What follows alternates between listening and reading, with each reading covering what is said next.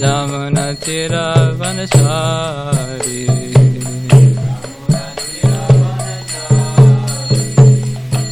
Hare Krishna Krishna Krishna Hare Hare Hare Rama Rama Rama Hare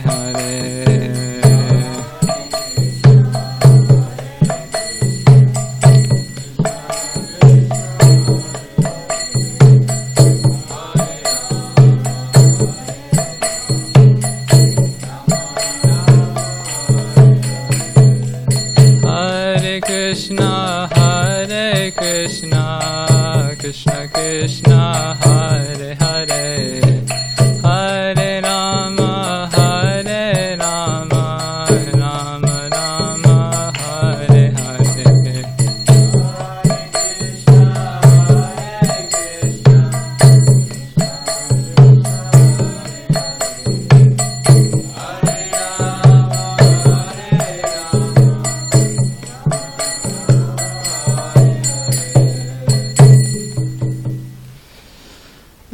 Vishnupad Paramahamsa Parivajagacharya Sata Sata Shri Srimad His Divine Grace Srila A.C. Bhaktivedanta Swami Srila Prabhupada Ki Jayam Vishnupad Paramahamsa Parivajagacharya Sata Sata Shri Srimad His Divine Grace Srila Bhaktisiddhanta Saraswati Thakur Ki Ananda Koti Vaishnava Vrinda Ki Samaveta Bhakta Vrinda Ki All glories to the Assembled Devotees. All glories to the Assembled Devotees. All glories to the assembled devotees. All glories to Sri Sri Guru and Sri Gauranga.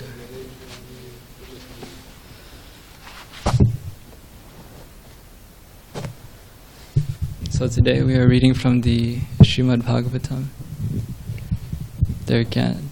fourth canto, 19th chapter, 29th verse.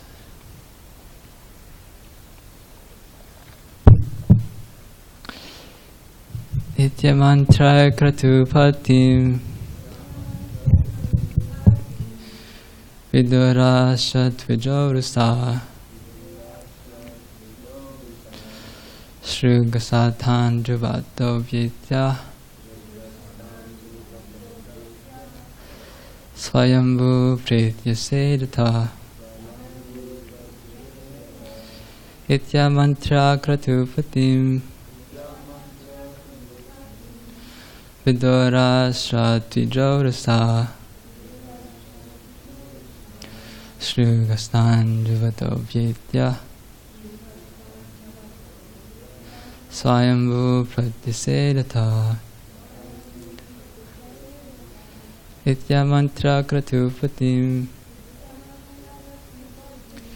Vidura Swati Jodasa Shrugastan Javato Vyetya Swayambhu Pratyasedata. Please chant.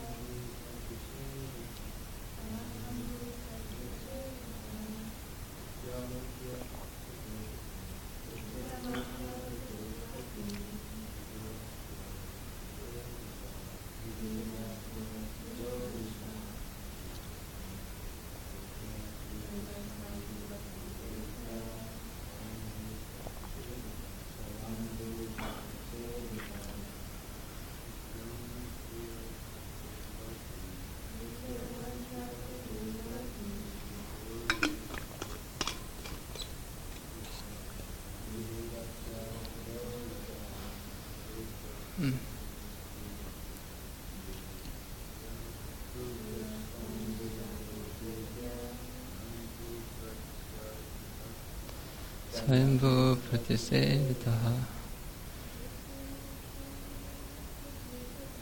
Itya Mantra Kratupatim Udara Svatijorsa Shrigastan Devatobhyetya Swayambhu Pratisedata Iti. Thus, mantra, after informing Kratupatim, King Prithu, the master of the sacrifice, Vidura, O Vidura, Asya, of Prithu, Tvitajaha, the priest, Rusa, in great anger, Shruk Hastan, with the sacrificial ladle in hand, Juvataha, performing the fire sacrifice, Abjetya, having begun, Swayambhu, Lord Brahma, Patya Sedita, asked them to stop. Translation. My dear Vidura, after giving the king this advice, the priest who had been engaged in performing the sacrifice called for Indra, the king of heaven, in a mood of great anger. When they were just ready to put the oblation in the fire, Lord Brahma appeared on the scene to persuade them to start the sacrifice.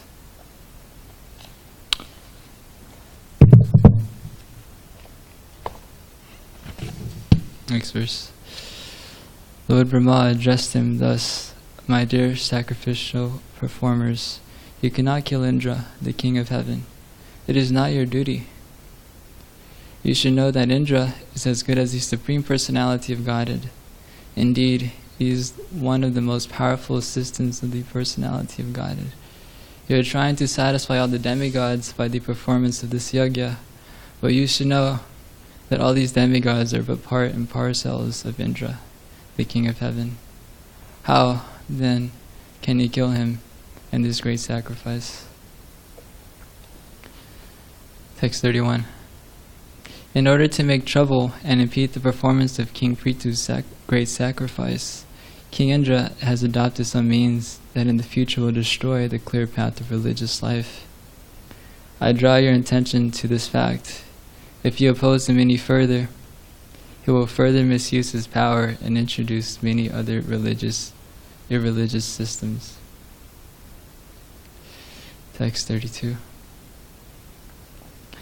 Let there be only 99 sacrificial performances for Maharaj Prithu, Lord Brahma concluded. Lord Brahma then turned towards Maharaj Prithu and informed him that since he was thoroughly aware of the path of liberation, what was the use of performing more sacrifices? Purport by His Divine Grace Srila Prabhupada. Lord Brahma came down to pacify King Prithu regarding his continual performance of 100 sacrifices. King Prithu was determined to perform 100 sacrifices, and King Indra took this very seriously because Indra himself was known as the performer of 100 sacrifices, just as it is the nature of all living entities within this material world to become envious of their competitors. King Indra, although king of heaven, was also envious of King Prithu, and therefore wanted to stop him from performing 100 sacrifices. Actually, there was great competition, and King Indra, to satisfy his senses, began to invent so many irreligious systems to obstruct King Prithu. To stop these irreligious inventions, Lord Brahma personally appeared in the sacrificial arena. As far as Maharaj Prithu was concerned, he was a great devotee of the Supreme Personality of Godhead, and therefore it was not necessary for him to perform the prescribed Vedic ritualistic ceremonies. Such ceremonies are known as karma, and there is no need for a devotee in the transcendental position to execute them. As the ideal king, however, it was King Prithu's duty to perform sacrifices. A compromise was therefore to be worked out. By the blessings of Lord Brahma, King Prithu would become more famous than King Indra. Thus Prithu's determination to perform 100 sacrifices was indirectly fulfilled by the blessings of Lord Brahma.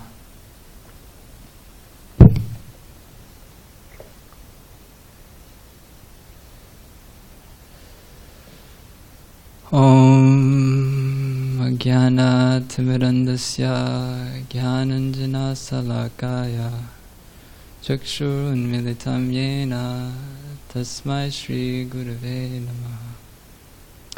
Shri Chaitanya Manobhistam Stapitam Yena Bhutale Swayam Rupa Kadhamayam Tadati Swavadantikam Vandeham Shri Guru Shri Yutapada Kamalam Shri Gurum Vaishnavamscha Shri Rupam Sagrajatam Sahagana Raghunatanvitam Tam Sajivam Sadvaitam Savadutam Parijana Saitam Krishna Chaitanya Devam Shri Radha Krishna Padan Sahagana Lalita Shri Vishnakanvitam Scha Nama Om Vishnu Padaya Krishna Prestaya Bhutale Srimate Bhakti Vedanta Swami Niti Namine Namaste Saraswati Deve Gauravani Pacharine Nirvishesha Shunyavadi Paschitya Deshatarine Jai Shri Krishna Chaitanya Prabhu Nityananda Shri Advaita Gadara Shivasari Gaura Bhakti.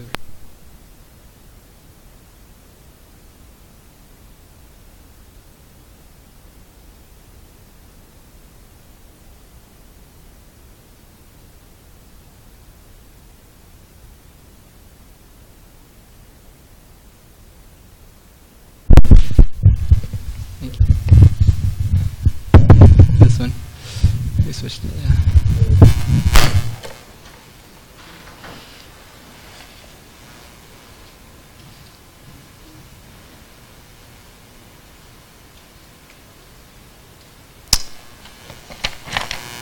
I'd like to graciously thank all of you for giving me the opportunity to speak.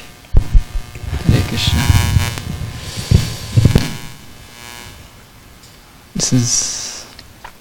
There's a saying, and it goes, if we have nothing worthy of dying for, we have nothing worth living for.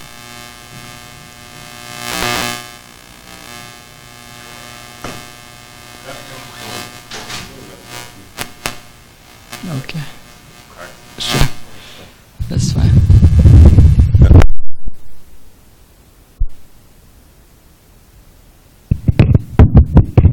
Hare Krishna. Yeah, there's a saying, if we have nothing worthy of dying for, we have nothing worthy of living for.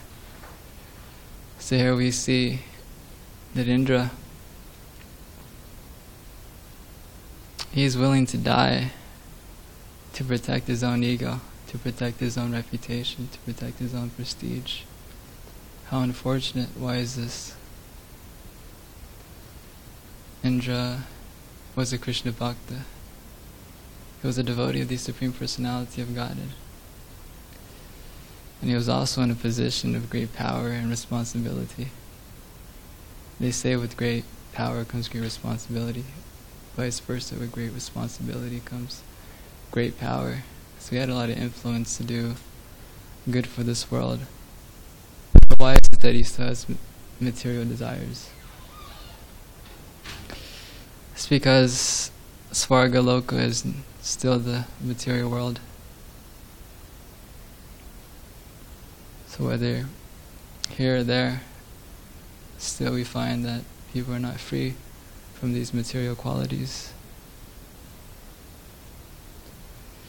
And Maharaj Prithu was such a righteous king that he listened to Lord Brahma, and he didn't kill Indra. He was ready to execute him. Would anybody like to know the secret to happiness, everlasting happiness? Yeah, good. Something that I've been meditating on recently. 2 things to always forget. Any wrong that anybody has ever done to us, forgive and forget. And in this way, we don't become implicated to resentment, to frustration,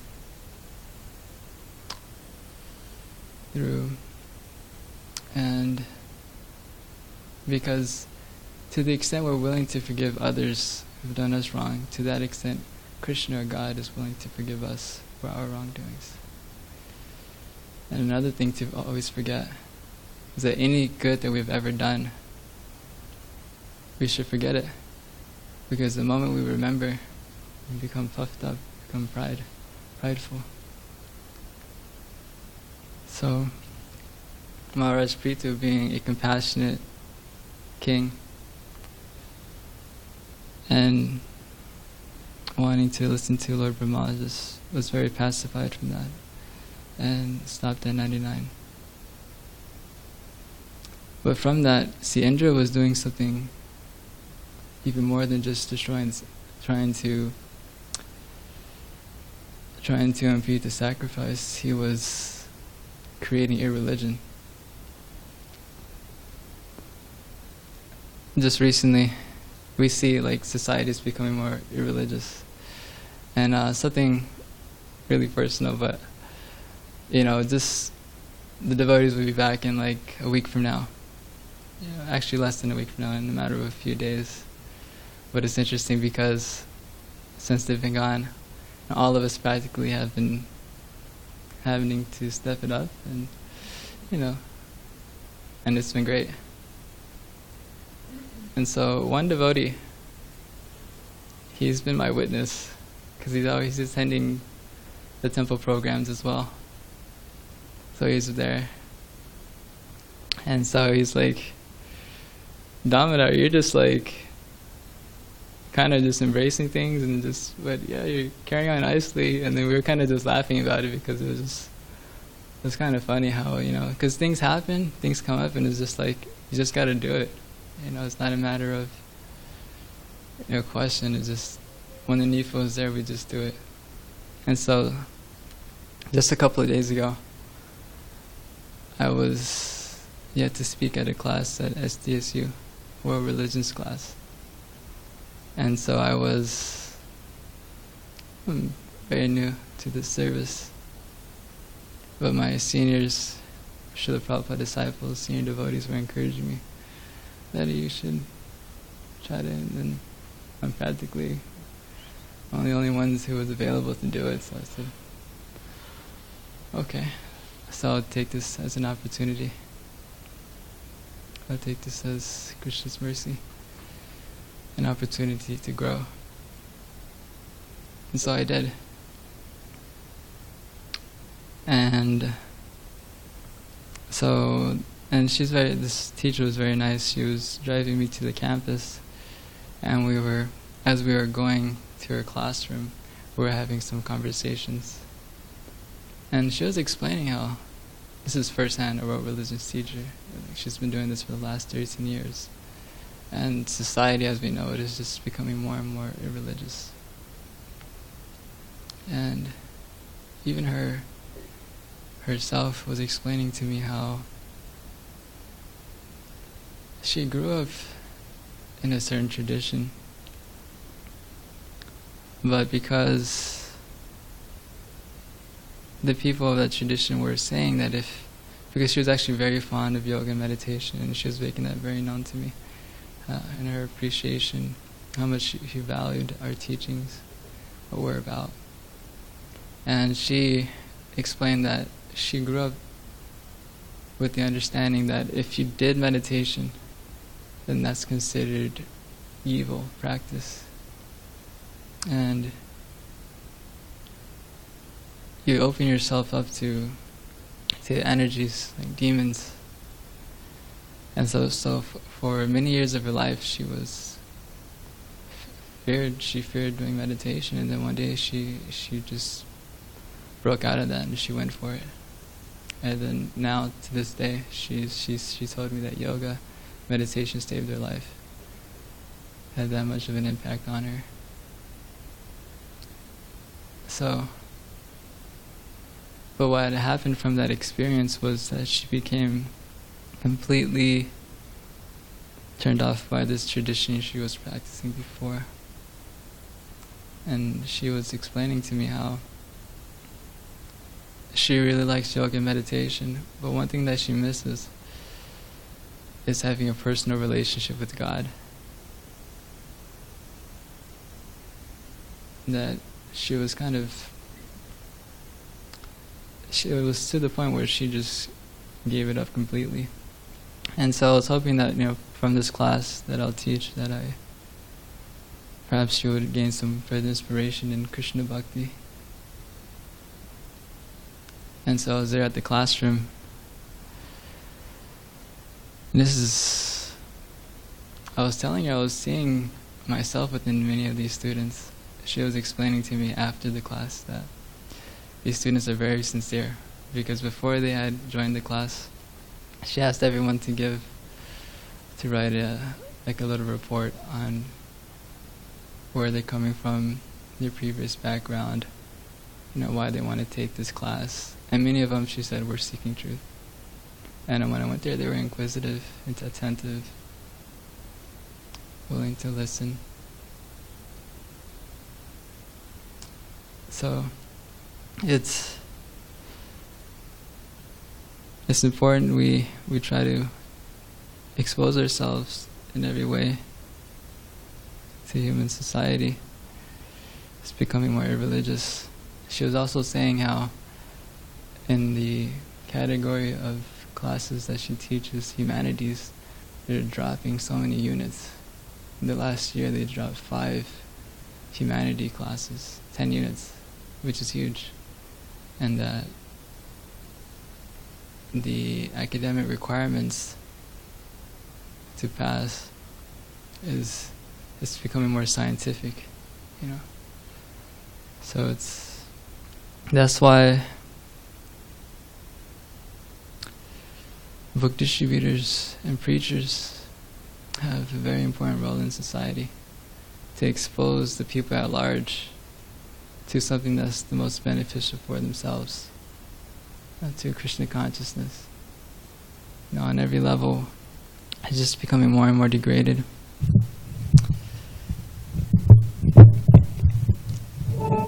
There should be a strong desire for this.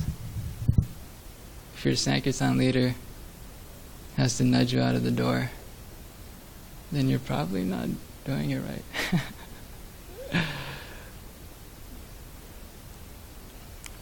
Do you know why I do book distribution?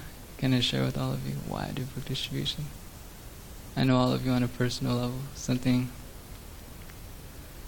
I'd like to share with all of you and all of our online viewers. For the last 5+ years, I've been doing this service. And if I were to summarize why I distribute books in 3 words, it would be paying it forward. Because actually, Guru's mercy, Srila Prabhupada's mercy, Krishna's mercy is so unlimited that how can we ever repay them for their grace, for their mercy?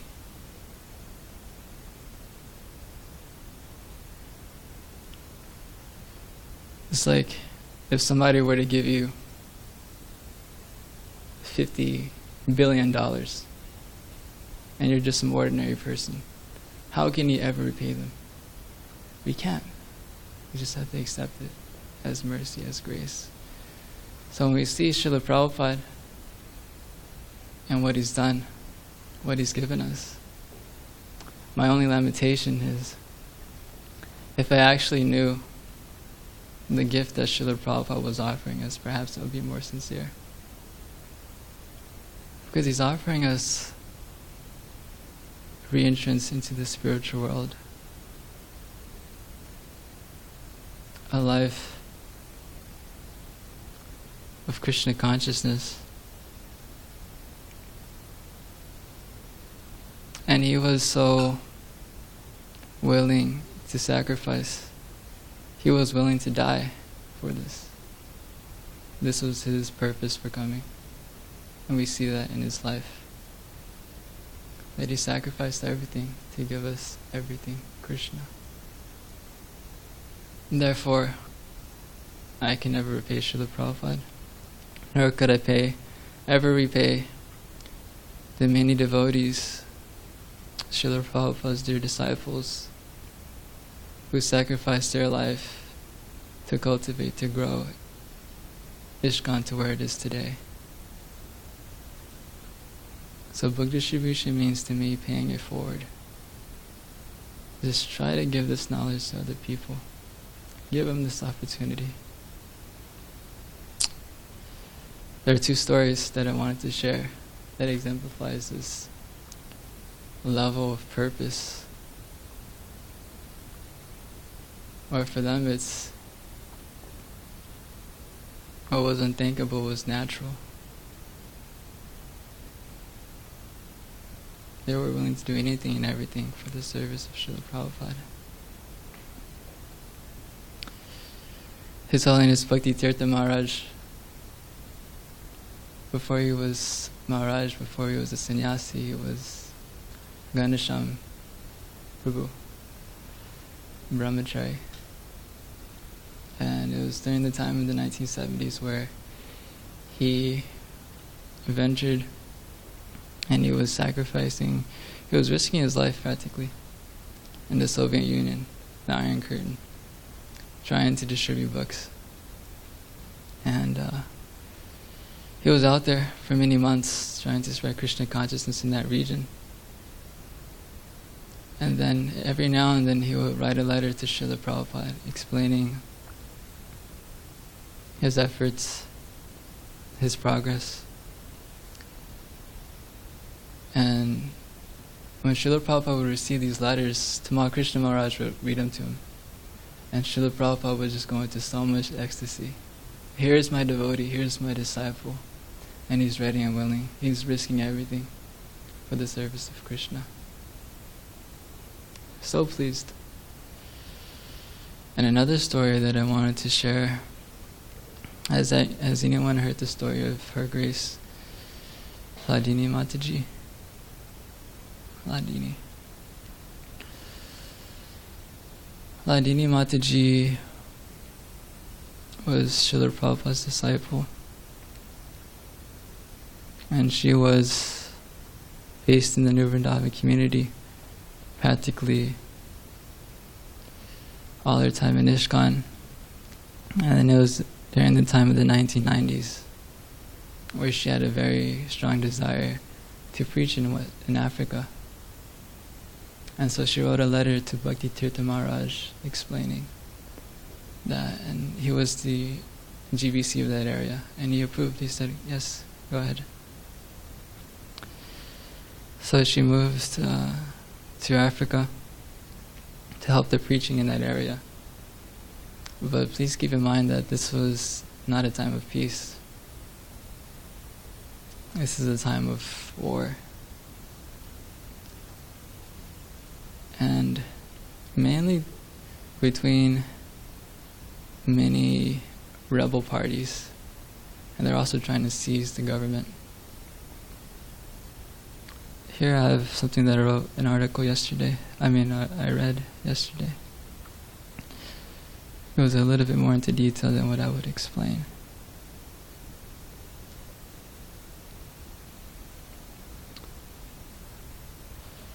So here, I'll read it now. It says, in December 1989, Hladini made the painful decision to leave the place that was so dear to her and traveled to West Africa. The devotees there so much appreciated Hladini's service and inspiration that she was given the honor of being the regional secretary. In this capacity, Hladini traveled from center to center, teaching and assisting the devotees in every way possible. By the time Hladini reached Monrovia, the capital of Liberia, the country was entrenched in a fratricidal civil conflict. The warlords of the 7 rivaling parties were fighting for power, while there was widespread starvation amongst the people. Seeing the suffering of the people, the devotees of the Hare Krishna temple in Monrovia approached the warlords and arranged to start a Food for Life program.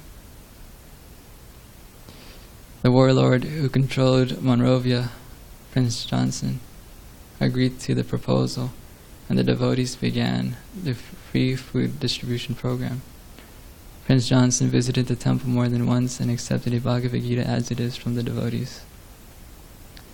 So Prince Johnson, as rebel leader, he thought that by collaborating with the devotees for the super life, that it would increase his reputation. As the war intensified, the U.S. government ordered all U.S. citizens to evacuate the country. Haladini had to decide whether to stay in Monrovia or return to safety in Nigeria. True to her nature, Haladini's compassion and mercy for others outweighed any concern she had for her own safety. She opted to stay. Haladini was the only senior devotee in Monrovia, and her presence gave solace to the native African devotees who could not leave. So like all the devotees are fleeing, practically, and she's fleeing, returning back to U.S., fleeing the country. But she stayed there with the devotees because these African devotees, where would they go? And just to give them solace, to give them faith in Krishna, she was there with them.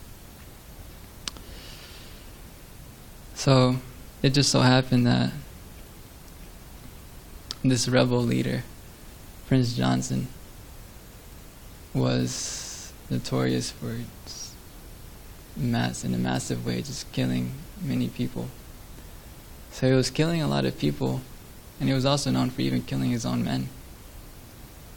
And she was so bold and so fearless that she wrote a letter to Prince Johnson, pretty much saying, like, why are you killing these people?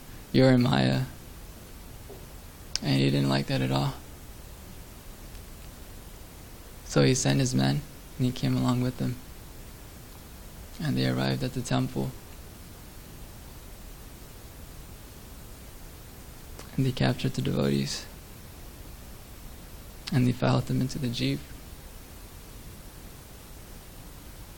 And they brought them to the bridge. I was close by.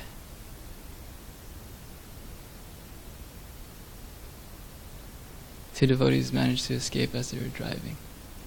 They got out of the jeep, ran up a tree, hid there. And these other devotees were in a line. And it was understood there's about 7 devotees. 5 there actually, since 2 got away. And 3 of them were men and 2 were women. And it was understood that the women would live, that they wouldn't kill the women. And the moment one of, actually the leader, Prince Johnson, he pointed the gun at the devotee. And she was so furious that she ran up to this Prince John and started attacking with her bare hands. And she said, "Why are you trying to kill Krishna's devotee?" And of course, at that moment, they filled her body with bullets. And then the other devotees were also executed.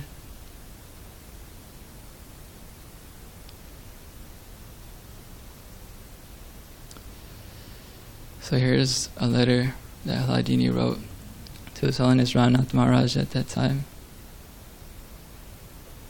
She wrote, "There is never a dull moment.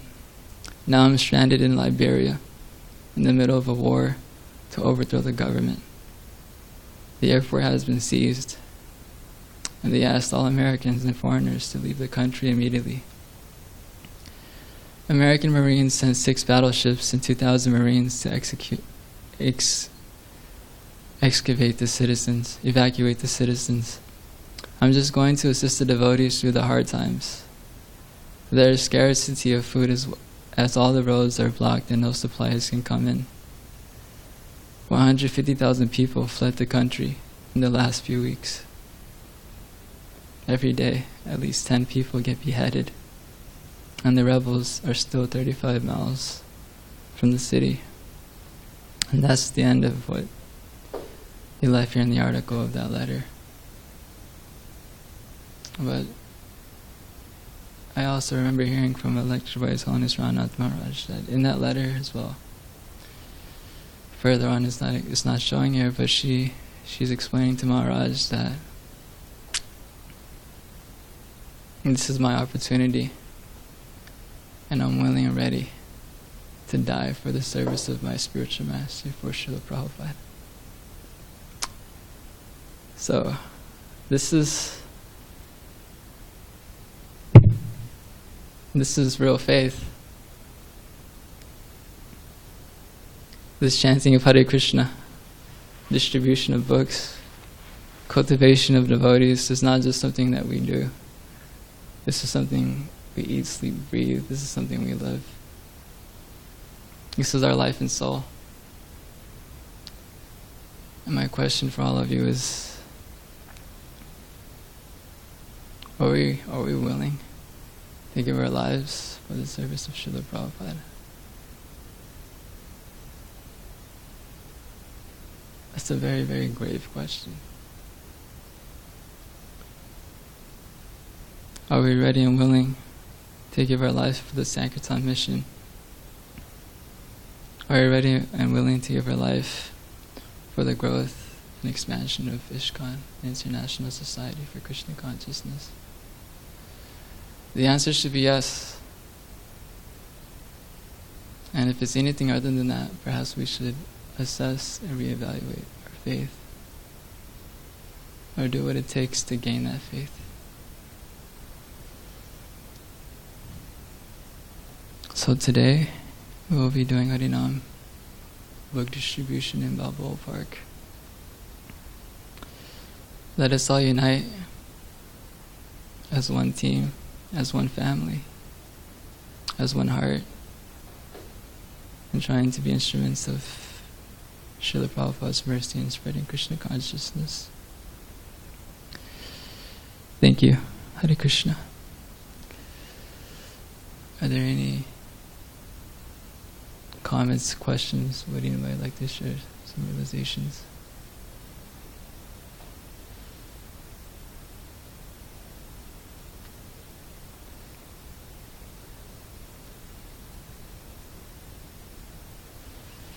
Any realizations?